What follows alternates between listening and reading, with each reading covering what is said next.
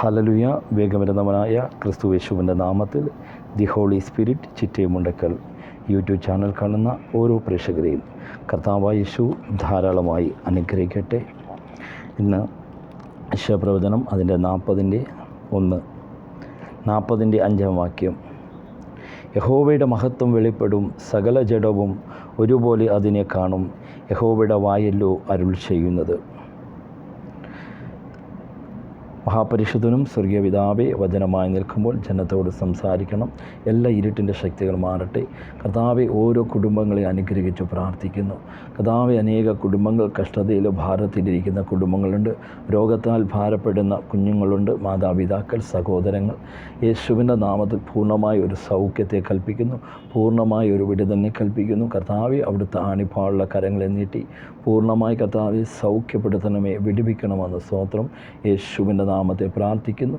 കർത്താവ് അതിനുമേൽ അത്ഭുതത്തെ പ്രവർത്തിച്ചതിനായി നന്ദി പറയുന്നു. കർത്താവെ, വചനവുമായി നിൽക്കുമ്പോൾ അടിയനെ പിന്നിൽ മറച്ച് ജനത്തോട് സംസാരിക്കണം. കർത്താവെ, എല്ലാ ഇരുട്ടിൻ്റെ ശക്തികൾ മാറട്ടെ. വചനത്തിന് വിരുദ്ധമായി പൊങ്ങുന്ന അന്ധകാര ശക്തികൾ ഉടയട്ടെ. പാതാള ശക്തികൾ തകരട്ടെ. ഓരോ കുടുംബത്തിന് അസ്വസ്ഥപ്പെടുത്തുന്ന അസമാധാനത്തിൻ്റെ എല്ലാ വ്യാപാര ശക്തികൾ ഇപ്പോൾ ഇത് കേൾക്കുമ്പോൾ തന്നെ ഭവന മണ്ഡലങ്ങളിൽ യേശുവിൻ്റെ നാമത്തിൽ വിട്ടുമാറുവാൻ കൽപ്പിക്കുന്നു. അൻകേഷേബോധന ഹസ്തിയ യേശുവിൻ്റെ അധികാരമുള്ള നാമത്തിൽ കൽപ്പിക്കുന്നു. കർത്താവെ, വചനമായി നിൽക്കുമ്പോൾ അടിയനെ പിന്നിൽ മറച്ചുകൊണ്ട് ജനത്തോട് സംസാരിക്കണം. യേശുവിൻ്റെ നാമത്തിൽ പിതാവേ, ആമേൻ. എന്നെ കേൾക്കുന്ന പ്രിയ സഹോദരന്മാരെ, നമ്മുടെ ജീവിതത്തിൽ ദൈവത്തിൻ്റെ പരിശുദ്ധാത്മാവിനെ നേടുവാൻ നമ്മുടെ ജീവിതത്തിലുള്ള ഉയർന്ന അവസ്ഥകളെ ഇടിച്ചു കളഞ്ഞുകൊണ്ട് ആ ക്രിസ്തുവിൻ്റെ മനോഭാവം ധരിക്കുവാൻ സാധിക്കുന്നുവെങ്കിൽ നമുക്ക് ദൈവത്തിൻ്റെ പരിശുദ്ധാത്മാവിനെ, ദൈവത്തിൻ്റെ മഹത്വത്തെ ധരിക്കുവാൻ, അത് വഹിക്കുവാൻ സാധിക്കും. കേട്ടു ഒരുത്തൻ വിളിച്ചു പറയുന്നത്, മരുഭൂമിയിൽ യഹോവയ്ക്ക് വഴി ഒരുക്കുവിൻ, നിർജ്ജന പ്രദേശത്ത് നമ്മുടെ ദൈവത്തിന് ഒരു പെരുവഴി നിരപ്പാക്കുവിൻ. എല്ലാ താഴ്വരയും നികന്നും എല്ലാ മലയും കുന്നും താണും വരണം, വളഞ്ഞത് ചൊവ്വയായും ദുർഘടങ്ങൾ സമമായും തീരണം. യഹോവയുടെ മഹത്വം വെളിപ്പെടും, അത് സകല ജഡവും അതിനെ ഒരുപോലെ കാണും, യഹോവയുടെ വായല്ലോ അരുൾ ചെയ്യുന്നത്. എന്നെ കേൾക്കുന്ന പ്രിയ സഹോദരന്മാരെ, നമ്മുടെ ജീവിതത്തിലുള്ള ചില കുന്നുകളെ ഇടിച്ചു കളയുവാൻ, ഉന്നത ഭാവങ്ങളെ ഇടിച്ചു കളയുവാൻ, ചില വളഞ്ഞ വഴികളെ നേർവഴിയാക്കുവാൻ സാധിക്കുന്നുവെങ്കിൽ അത് നിശ്ചയമായി നമുക്ക് ദൈവത്തിൻ്റെ പരിശുദ്ധാത്മാവിനെ നേടുവാൻ സാധിക്കും. യഹോവയുടെ മഹത്വം കണ്ട വലിയൊരു ജനക്കൂട്ടത്തെ കഴിഞ്ഞ ദിവസങ്ങളിൽ നമ്മൾ പഠിച്ചു കൊണ്ടിരുന്നതാണ്. കഴിഞ്ഞ ദിവസം നമ്മൾ ആവശ്യം തന്നെയായിരുന്നു എടുത്തത്. വലിയൊരു ജനക്കൂട്ടം 430 വർഷത്തോളം ഇസ്രായേൽ ജനങ്ങൾ മിസ്രൈമിൽ അടിമത്തത്തിൽ കടന്ന ജനത്തെ ദൈവം അവിടെ നിന്ന് മോചിപ്പിച്ച് ചെങ്കടൽ പിളർത്തി, ചെങ്കടലിൻ്റെ അടിയിലൂടെ ദൈവം പാതി ഒരുക്കി, നല്ല പാതി ഒരുക്കി, വെള്ളമില്ലാത്ത നല്ല മണ്ണ് പോലെ നനയാത്ത, നടക്കുന്നവർ ആരും നനയാത്ത രീതിയിലുള്ള നല്ല മണ്ണിട്ടുകൊണ്ട് നല്ല പാതയൊരുക്കി ഈ ജനത്തെ മറുകരയിലെത്തിച്ചു. അവിടുന്ന് ക്രിസ്തുവാകുന്ന പാറമേൽ നിന്നും അവർക്ക് ജലം കൊടുത്ത്, സ്വർഗീയ മന്ന കൊടുത്ത്, ആ സ്വർഗീയ ആഹാരം കഴിച്ച ജനം ദൈവത്തോട് പിറുപിറുത്തു. അതാണ് നമ്മൾ സംഖ്യാപുസ്തകം 14 അധ്യായം 1 മുതൽ വായിച്ചത്. അപ്പോൾ സഭയൊക്കെ ഉറക്കെ നിലവിളിച്ചു, ജനം ആ രാത്രി മുഴുവനും കരഞ്ഞു. ഇസ്രായേൽ മക്കൾ എല്ലാവരും മോശയും ആരോഹനും വിരോധമായി പിറുപിറുത്തു. സഭയൊക്കെയും അവരോട്, മിസ്രൈമിൽ വെച്ച് ഞങ്ങൾ മരിച്ചു പോയിരുന്നെങ്കിൽ കൊള്ളാമായിരുന്നു, അല്ലെങ്കിൽ ഈ മരുഭൂമിയിൽ ഞങ്ങൾ മരിച്ചു പോയിരുന്നെങ്കിൽ കൊള്ളാമായിരുന്നു. വാളാൽ വീഴേണ്ടതിന് യഹോവ ഞങ്ങളെ ആ ദേശത്തിലേക്ക് കൊണ്ടുപോകുന്നത് എന്തിന്? ഞങ്ങളോടും ഭാര്യമാരും മക്കളും കൊള്ളയായി പോകുമല്ലോ, മിസ്രൈമിലേക്ക് മടങ്ങി പോകുകയല്ലയോ ഞങ്ങൾക്ക് നല്ലതെന്ന് പറഞ്ഞു. ഒരുവനെ തലവനെ നിശ്ചയിച്ചു, മിസ്രൈമിൽ മടങ്ങിപ്പോവുക എന്ന് അവർ തമ്മിൽ പറഞ്ഞു. അപ്പോൾ മോശയും ആരോഹനും മിസ്ര സഭയുടെ സർവ്വസംഘത്തിൻ്റെ മുമ്പാകെ കവന്നു വീണ് ദേശത്തെ ഉറ്റുനോക്കിയവരിൽ നൂൻ്റെ മകനായ യോശുവായും യഫ്നയുടെ മകൻ കാവേലും വസ്ത്രം കീറി ഇസ്രായേൽ മക്കളുടെ സർവ്വസഭയോടും പറഞ്ഞത് എന്തെന്നാൽ, ഞങ്ങൾ സഞ്ചരിച്ച് ഉറ്റുനോക്കിയ ദേശം എത്ര നല്ല ദേശം ആകുന്നു. യഹോവ നമ്മിൽ പ്രസാദിക്കുന്നു എങ്കിൽ അവൻ നമ്മെ പാലും തേനും ഒഴുക്കുന്ന ആ ദേശത്തേക്ക് കൊണ്ട് ചെന്ന് നമുക്ക് തരുമെന്ന്. യഹോവ നിങ്ങളെ മത്സരിക്കാത്ര അരുത്. യഹോവയോട് നിങ്ങൾ മത്സരിക്കും മാത്രം അരുത്. എന്നെ കേൾക്കുന്ന പ്രിയ ജനമേ, ഇവർ ദൈവത്തോട് മത്സരിച്ചു. അതുകൊണ്ടാണ് ഇവരെ ദൈവം അത് പുറപ്പാട് പുസ്തകം നമ്മൾ വായിച്ചതുപോലെ അതിൻ്റെ 13-ാം അധ്യായം 17-18 നമ്മൾ വായിച്ചതുപോലെ അവരെ ദൈവം ചുറ്റി നടത്തിച്ചു.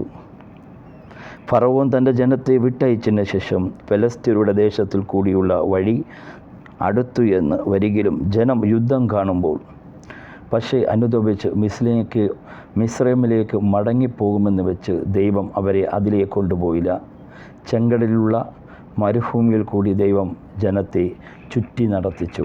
എന്നെ കേൾക്കുന്ന പ്രിയ ദൈവജനമേ, ജനത്തെ ചുറ്റി നടത്തിക്കുമ്പോഴാണ് ആ ജനത്തിൻ്റെ ഉള്ളിലുള്ള എന്താണെന്ന് അറിയുവാൻ സാധിക്കുന്നത്. ഈ മീഡിയയിലൂടെ കേൾക്കുന്ന പ്രിയ സഹോദരന്മാരെ, ഈ സോഷ്യൽ മീഡിയയിൽ പ്രസംഗിക്കുന്നതിന്, ചർച്ചിൽ പ്രസംഗിക്കുന്ന അതേ രീതിയിൽ എനിക്ക് പ്രസംഗിക്കുവാൻ വളരെ പ്രയാസമാണ്. ഇത് റൂമിനകത്ത് നിന്ന് എടുക്കുന്ന ഒരു പ്രോഗ്രാം ആയതുകൊണ്ട് ഒരുപാട് പരിമിതിയുണ്ട്. അതുകൊണ്ട് സാദരം നിങ്ങൾ ക്ഷമിക്കുക. അത് എന്നെ കേൾക്കുന്ന പ്രിയ സഹോദരന്മാരെ, ഈ ജനം ദൈവത്തോട് പിറുപിറുത്തു. ദൈവം നിയമിച്ച അഭിഷിക്തന്മാരെ കല്ലെറിയുവാൻ അവർ ഒരു തലവനെ നിശ്ചയിച്ചു. അവർ കല്ലെറിയുവാൻ പദ്ധതിയിട്ടു. സംഖ്യാപുസ്തകം അതിൻ്റെ 14:10 നമ്മൾ വായിക്കുമ്പോൾ അവിടെ യഹോവയുടെ മഹത്വം വെളിപ്പെട്ടതായി കാണുവാൻ സാധിക്കും. ഈ ഒറ്റ കാരണത്താലാണ് ദൈവം ക്രോധത്തിൽ സത്യം ചെയ്തത്, ഇവർ വാഗ്ദത്ത ദേശത്തിൽ എത്തപ്പെടത്തില്ലെന്ന്.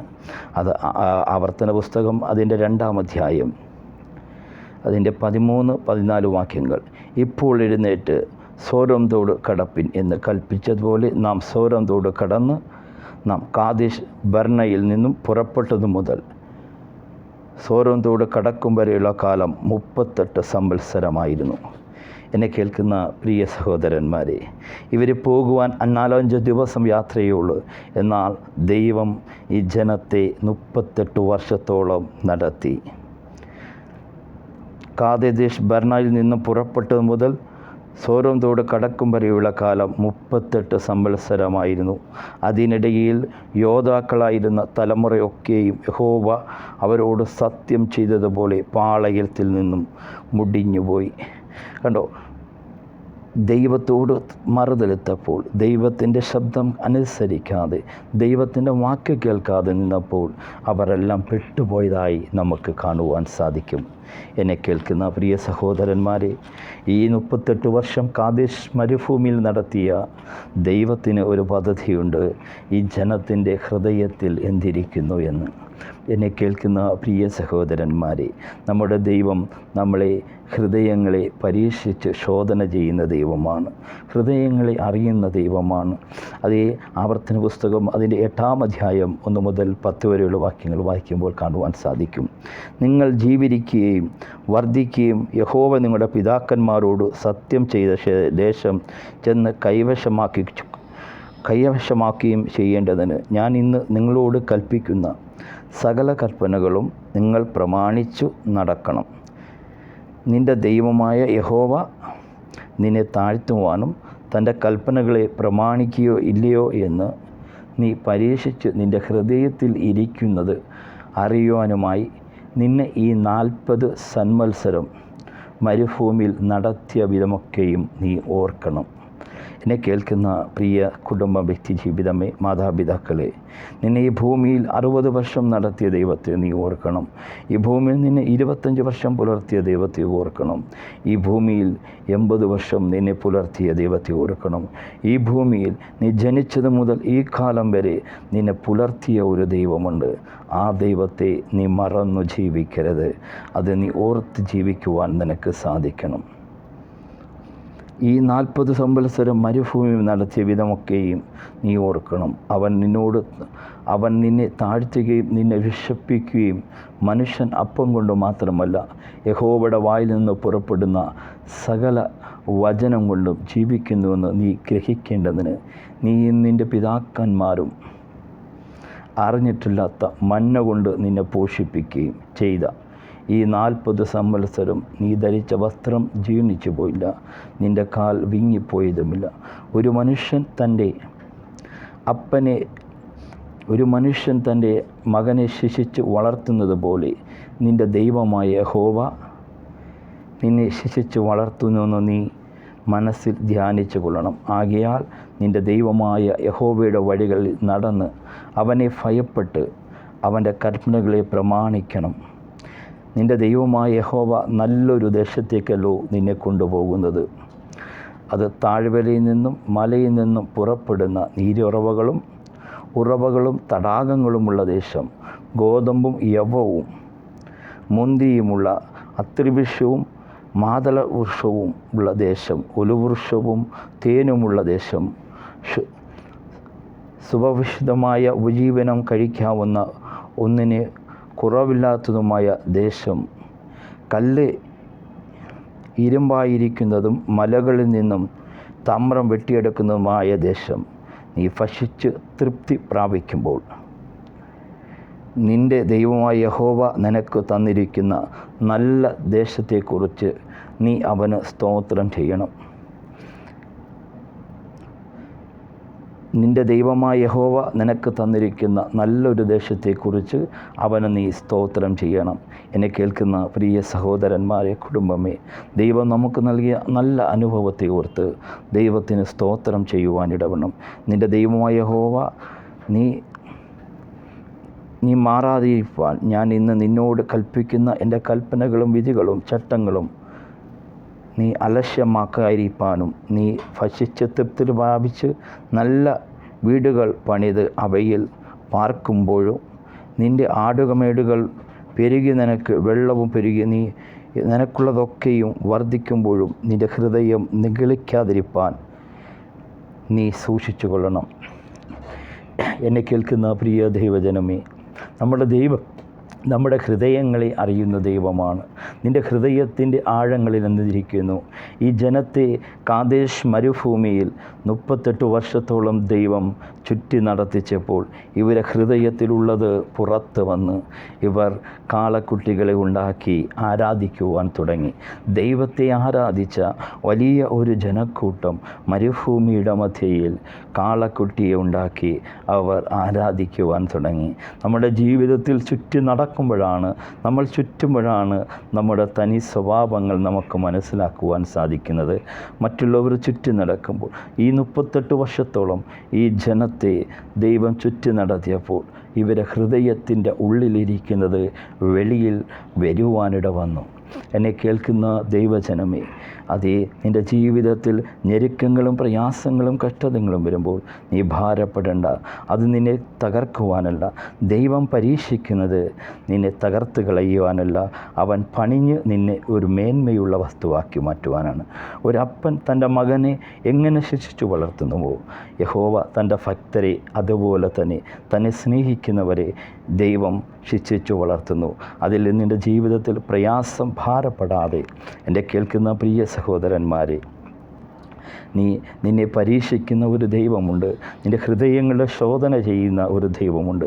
ഹൃദയത്തിൻ്റെ ഉള്ളറകളിൽ ഇപ്പോൾ ഞെരുങ്ങുന്ന ചില കുടുംബങ്ങളോട് ദൈവത്തിൻ്റെ പരിശുദ്ധാത്മാവ് പറയുന്നു, ഞാൻ നിൻ്റെ ഹൃദയത്തെ അറിയുന്ന ദൈവമാണ്, നിൻ്റെ ഞെരുക്കങ്ങളെ അറിയുന്ന ദൈവമാണ്. നിൻ്റെ ശൂന്യാവസ്ഥകളെ ഞാൻ പണിഞ്ഞ് മേന്മയുള്ളതായി മാറ്റുമെന്ന്. നീ ദേശത്ത് ശൂന്യാവസ്ഥകളെ നിൻ്റെ ദേശത്ത് കേൾക്കാതെ, നിൻ്റെ ഭവനത്തിന് നീ ശൂന്യാവസ്ഥകളെ കേൾക്കാതെ ഒരു സമൃദ്ധിയെ ദൈവം ഒരുക്കിയെ വെച്ചിരിക്കുന്നുവെന്ന് ദൈവത്തിൻ്റെ പരിശുദ്ധാത്മാവ് കൽപ്പിക്കുന്നു.